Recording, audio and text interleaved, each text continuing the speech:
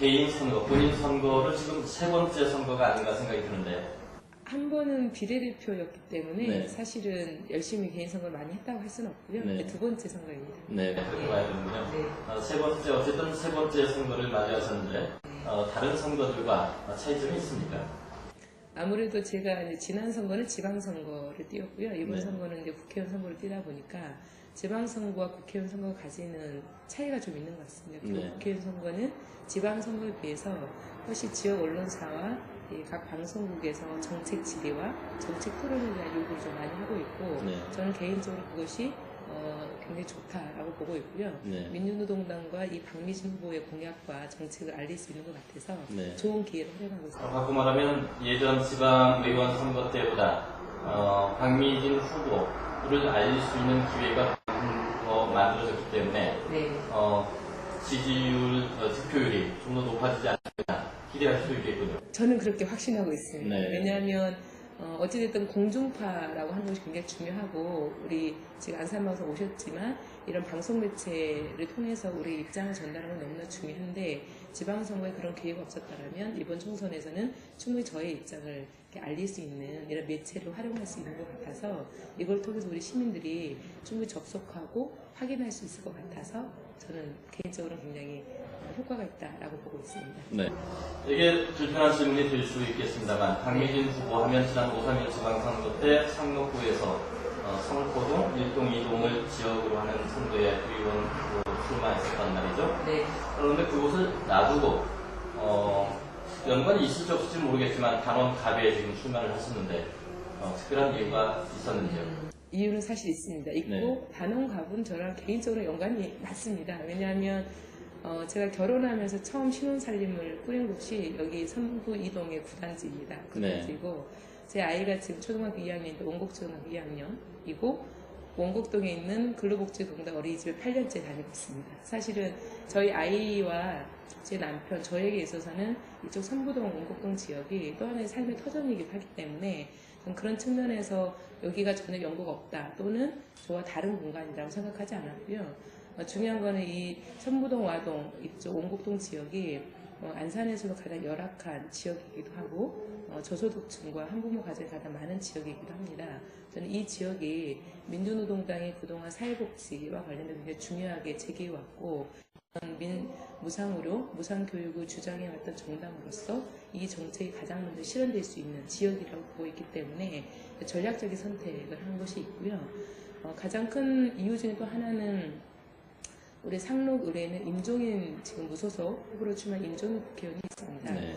저는 이 임종인 국회의원이 지난 17대 국회의원 활동을 하면서 확인된 거는 어느 누구보다도 우리 서민들을 위한 정책 그리고 몸소 행동으로 보여주는 많은 의정활동을 했다고 보고 있고 이 임종인 의원 같이 소신있게 의정활동하고 정말 진보적인 생각으로 활동을 하신 분들이 다시 국회에 입성하기를 바라고 있습니다. 저는 그런 측면에서 민주노동당이 함께 해왔던 임종인 의원 같은 사람과 통 크게 윈윈 전략하고 대승적인 차원에서 양보하는 것이 필요하다라고 당내에서 사는 논의가 있었고요.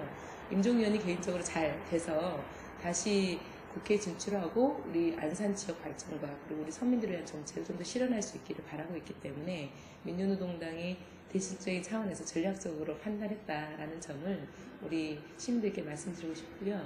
저를 그동안 지지해 주시고 아껴 주셨던 우리 상록 을에 계신 우리 시민들께는 정말 죄송스러운 마음을 이 자리를 빌어서 말씀드리겠습니다. 네. 무엇보다도 표 한 표가 소중한 후보 입장에서는 그동안 지역의 기반을 만들어 놓았을 텐데 그것을 어떠한 이유로든 떠나는 데는 부담이 있었을 것 같은데. 부담은 있죠. 네. 왜냐하면 아무래도 저를 지지해 주셨던 분들이 계시고 그리고 제가 이제 지역에서 후보를 출마한다는 거는 해당 지역에 대한 제 나름대로의 구상 그리고 여러 가지 정책적인 제안을 좀 했던 사람이기 때문에 지역과 저희 유권자에 대한 책임성이라는 부분에 있어서 그 지역을 벗어나서 다른 지역으로 출마하는 것에 대한 정치적인 부담감 그리고 책임감에 있어서 굉장히 많은 어려움이 있었던 사실입니다. 며칠 고민하시고 결정하셨습니까? 고민은 정말 많이 했습니다. 고민은 굉장히 길게 했고요. 당초에는 올해 총선 출마가 계획이 사실은 없었습니다. 이게 정말 죄송한 일이지만 올해 저는 총선 출마를 하겠다라고 고민이 있었다기보다는 지방선거에 다시 도전해서 지역정치 활동을 충분히 하겠다라는 개인적인 마음을 좀 가지고 있었고요.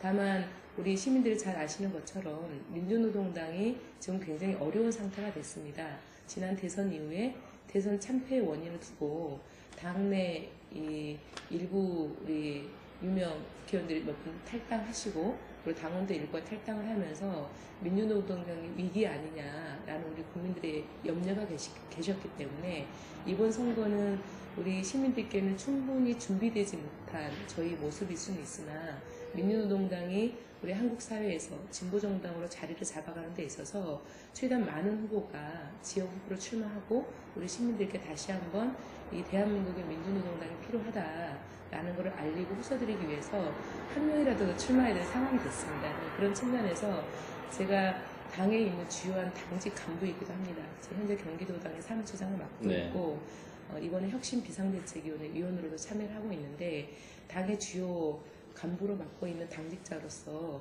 당이 어려운 시기에 지역에서 헌신하는 모습을 보이는 것이 지금 필요한 시점이라고 보고 있기 때문에 당의 요구에 의해서 저는 필요하다면 출마할 수 있다라고 결정을 하게 됐고요. 그런 측면에서 출마하게 됐다는 점을 양해해 주시면 감사하겠습니다. 그런 희생, 헌신을 바탕으로 출마를 하셨기 때문에 높은 득표를 기록해야 물론 당선돼야겠지만 여러 언론이 실시한 여론조사 결과를 보게 되면 공통점이 있습니다. 그 공통점은 박미진 후보가 1등이 아니라는 사실과 함께 정당 지지도 낮지만 후보 지지도도 현재로서는 매우 낮은 상태이다. 그 이유에 대해서 어떻게 생각하고 계십니까? 아무래도 우리 시민들을 만나 뵈더라도 시민들께서 민주노동당 하면 필요한 정당, 꼭 있어야 할 정당이라고 생각하지만 아직 당선 가능성이나 집권 가능성에 대해서는 굉장히 낮게 생각하고 계셔서 사표 심리에 대한 생각이 많으신 것 같아요. 나는 꼭 찍고 한 표를 지지할 수 있지만 당선이 되겠느냐라는 사표 심리가 굉장히 강해서 저는 지금 현재 민주노동당이 저는 정말 당선을 목표로 뛰고 있지만 솔직하게 말씀드립니다. 현재 제 입장으로 보면 당선의 가능성이 낮다라는 거 인정합니다. 인정하고 다만 민주노동당 후보 그리고 민주노동당이 이번에 얼마만큼 의미 있는 득표를 하는가가 이후 한국 사회에서 정말 사회적 약자인 우리 서민들의 입장을 대변할 수 있는 이 대변자를 한 명을 만들 수 있느냐 없느냐 문제이기 때문에 그런 측면에서 우리 안산에서 특히 노동자 서민의 도시라고 하는 이곳 안산에서 노동자 서민의 정당인 민주노동당에게 다시 한번 좀 기회를 모아주시고 손을 잡아줄 수 있는 계기를 이번 총선을 통해서 좀 만들어 보고 싶다라는 거였고요. 그런 측면에서 저는 비록 당선이 안 된다 하더라도 충분히 의미 있는 활동과 또 다시 한번 지역사회에서 비전을 제시하고 민주노동당이 우리 안산의 발전과 우리 대한민국에서 전체 우리 국민들에게 내볼 수 있는 비전을 제시하면서 자리를 잡아가는 과정으로 보고 있기 때문에 그런 측면에 대해서는 즐겁게 사실 선거운동하고 있고요.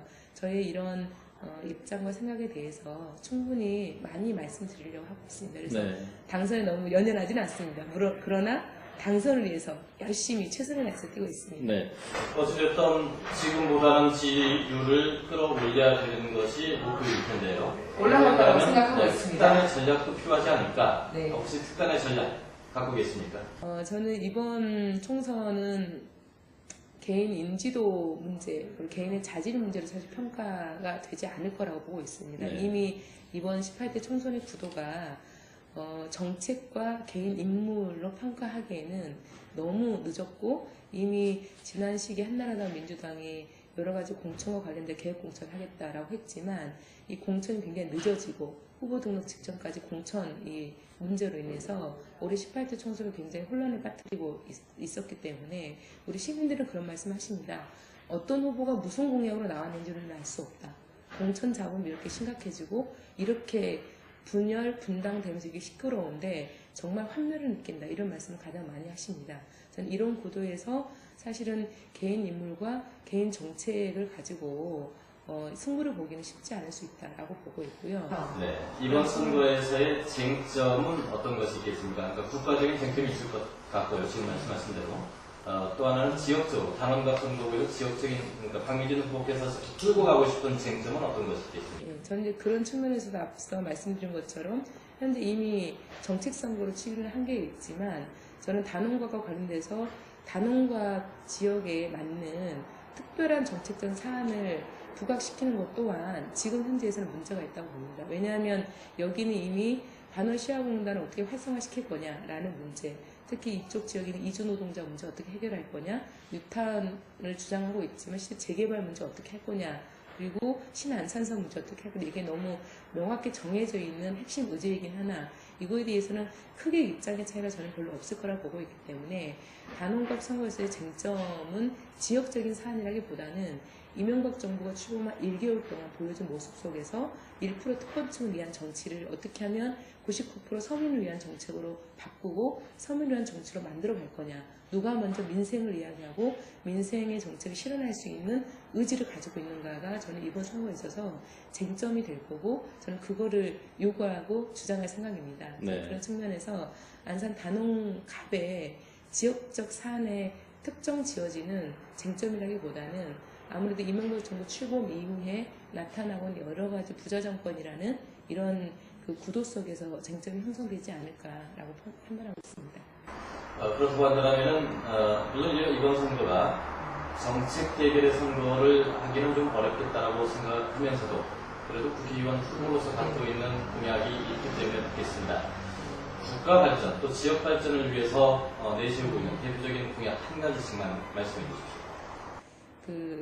저는 정책 선거를 굉장히 중요하게 생각하고 있고요. 그러함에도 민주노동당은 정책정당에서 많은 정책 공약을 내걸고 있습니다. 네. 저는 이제 지역에서도 제가 내걸고 있는 정책 공약이 있고 공보물을 우리 시민들께서 좀 정말 꼼꼼하게 좀 네. 해주셨으면 좋겠고요. 저는 이게 이제 경제발전 측면으로 저는 공약을 많이 정리하지 않았습니다. 제 슬로건이 서민도 먹고 삽시다입니다. 네. 정말 만나면 우리 많은 서민들이 우리가 먹고 살 수 있는 문제만큼 해결해 달라. 이 먹고 사는 문제는 정말 우리 아이 키우는 문제, 교육시키는 문제, 아프면 병원 갈 수 있는 문제라고 저는 보고 있고 그런 측면에서 최근에 가장 크게 대두되고 있는 대학 등록금 문제를 일단 전면에 좀 내걸었습니다. 대학 등록금 1,000만 원 시대 민주노동당은 등록금 150만 원으로 상한하는 상한제 법안을 만들 거고 등록금 후불제를 도입하겠다는 것을 이미 가장 먼저 천명한 바가 있고 17대 국회에서 이미 발의한 적이 있습니다. 다만 17대 국회가 거의 다 끝나가고 있기 때문에 18대 국회 첫 번째 의제로 대학 등록금 150만 원과 후불제 도입하는 방안을 꼭 추진하려고 하고 있고요. 그 공약 또한 저의 핵심 공약이기도 합니다. 그 문제는 전국적인 차원에서 함께 할 예정이고 전 지역 문제와 관련돼서 지역 경제와 관련해서 한 가지만 말씀드리면 수많은 게 있지만 저는 대형마트 규제 반드시 안산을 해야 된다고 생각하고 있습니다. 안산이 다른 지역에 비해서 대형마트가 상당히 많고 우리 시민들이 일부 편리할 수는 있으나 대형마트 하나 생길 때마다 중소 영세 상인 200곳이 점포가 문을 닫습니다. 안산이 다른 지역에 비해서 평균 대형마트도 많고 입점을 예상하고 있는 대형마트 또한 있습니다. 저는 우리 안산의 지역 경제를 위해서는 대형마트 입점 규제와 운영 시간을 규제하는 것을 우선적으로 진행하는 것이 필요하다고 보고 있기 때문에 대형마트 입점 규제와 관련된 내용을 주요 정책 공약으로 제시하고 있습니다. 네. 오기 전에 선정배 후보, 허승 후보를 만나고 왔습니다. 균형감 있는 질문을 위해서 한 가지 더 드리도록 하겠습니다. 이번 18대 총선 들어오면서 가장 첫 번째 터진 출발 변수가 바로 대통령단인 것 같습니다. 전문가들도 이 사태가 어느 후보, 어느 당이 유리할지 불리할지에 대해서는 섣불리 판단을 하지 못하는 것 같습니다. 박미진 후보께서는 이 문제가 어떤 영향을 미칠 것이라고 생각하십니까? 저는 아마 개성운동 문제는 각 정당과 각 후보들을 가지는 사실 한반도 평화 구축 문제와 저는 연결되어 있다고 생각합니다. 한반도 평화 구축과 통일의 프로세스를 어떻게 마련할 건지에 대해서 각 정당 정책의 차이가 있기 때문에 그거에 근거해서 영향을 미칠 거라고 보고 있고요.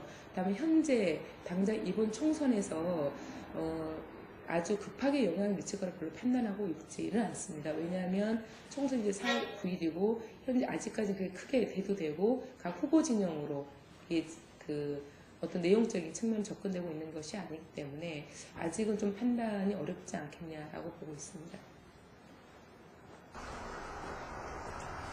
지난 5.3일 지방선거 때 후보를 표현하는 수식어가 기억이 나는데 네. 똑순이였던 것도 기억이 납니다. 네. 근데 이번에 좀 달라진 것 같습니다. 네. 비슷한 의미지만 아줌마가 컸는데 네.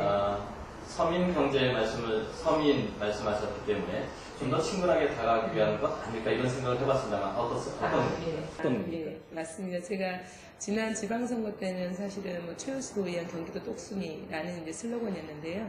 그것은 4년간 의정활동을 하면서 저희 의정활동이란 평가에 근거해서 그렇게 표현이 됐고, 이번에는 저는 이제 똑소리나는 아줌마입니다. 똑소리나는 아줌마는 말씀하신 것처럼 우리 서민들에게서는 굉장히 친근한 어머니 같은 표현이자, 어떻게 보면 우리 여성운동 하시는 분들은 비하 발언이라고 하지만 굉장히 편안하고 우리 서민을 쉽게 표현하는 하나의 표현 방식이라고 보고 있습니다. 저는 제가 사실 아줌마가 맞습니다. 아니, 나이 30 후반에 아이 키우고 있는 엄마이고 맞벌이 부부로 일하는 여성으로서 아줌마가 맞기 때문에, 저는 우리 서민을 대표할 수 있는 아줌마로서 아줌마의 눈으로, 서민의 눈으로 이 정치 지형을 바꿔보고자 하는 마음이 있기 때문에 아줌마를 표현했고요. 이왕이면 우리 아줌마들이 아이 키우면서, 아이 교육시키면서, 가게 살림살이 챙기면서 정말 꼼꼼하게 일하고 챙기고 있지 않습니까? 저는 그것을 그대로 반영을 했습니다. 정말 똑소리 나게 정치도 챙기고 안산의 경제도 챙기는 편안한 아줌마, 편안한 서민을 대표하는 그런 주자가 되겠다라고 해서 똑소리 나는 아줌마라는 슬로건으로 우리 시민들께 다가가고 있습니다. 네. 시간 관계로 짧은 답변을 제가 한 가지만 부탁드리겠습니다. 강미준 후보 인터뷰 준비를 위해서 홈페이지를 방문했다가 홈페이지가 예전 경기도 의원 시절의 홈페이지였다는 사실을 알게 됐습니다. 아줌마이시긴 하지만 젊은 후보에 속합니다. 젊은 후보로서 인터넷 선거운동이 좀 미약한 것 아닌가 이런 생각이 들었는데 동의하시는지요? 사실은 많은 매체를 통해서 우리 시민들과 접촉할 수 있는 것을 만들면 더 좋겠다고 생각을 하고 있지만, 저는 젊기 때문에 요즘에 사실 젊은 사람들이 가장 많이 이용하는 게 블로그입니다. 그래서 제가 이제 기존에 홈페이지를 이용하면서 느낀 거는, 홈페이지는 상호 소통이 어렵다. 제가 일방적으로 저의 입장과 저의 공약을 열심히 표현하고 설명을 드릴 수 있지만, 참여를 통해서 저에게 이게 지지글도 좀 올려주시고 이거는 많이 어려워하시더라고요. 그래서 이번에는 블로그로 저는 기본적으로 활용을 하고 있고요. 블로그를 통해서 우리 시민들이 많이 좀 참여도 해주시고 힘내라고 응원도 해주시고 스크랩도 많이 해가시고 이렇게 했으면 좋겠습니다. 그래서 제가 절대 게으르거나 홈페이지 운영을 안 하는 것이 이 요즘에 많이 활용하고 있는 인터넷 문화에 뒤처진다고 생각하지는 않고요. 블로그를 통해서 시민들 많이 만나도록 하겠습니다. 도 있지만 블로그를 주요 소통의 도구로 사용을 하신다. 마지막으로 18대 총선을 맞이한 유권자들께 부탁하고 싶으신 말씀 있으십니까? 지금 최근 이명박 정부 하면 1% 특권층을 위한 정치라고 이야기합니다. 저희 민주노동당과 저는 99% 서민을 위한 정치를 만들어가려고 합니다. 이 1% 부자 정부 시대에 정말 민주노동당에 꼭 필요하다라는 것을 우리 시민들께서 잘 알고 계실 거라 보고 있고, 우리 서민들을 위한 서민의 정당 민주노동당에게, 그리고 이 박미진에게 기호 4번입니다. 많은 지지와 격려를 부탁드립니다. 네. 앞으로 선거 이제 10여일 남은 거죠? 많은 활동 통해서 목표하신 대로 지지를 끌어올리시는 그런 선거 운동을 기대해 보겠습니다. 오늘 시간 내주셔서 고맙습니다. 감사합니다.